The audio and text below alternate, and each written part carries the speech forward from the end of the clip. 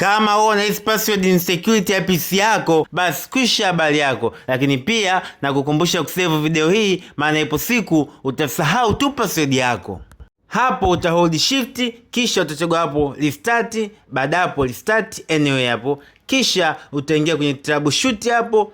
Baada hapo advanced, kisha command hapo cmd. Kisha utazingatia window yako ilipo. Kwa mfano kama mimi iko local disk E, nitaandika E.patch. Baada hapo cd Windows, kisha cd system hapo 32. Baada hapo len utilman.exe utilman1.exe. Baada hapo chini yake nitaandika len cmd.exe utilman.exe hapo. Baada hapo nitaandika exist. Kama hapo nilikosea kuandika ikagoma, nikarudia tena exist.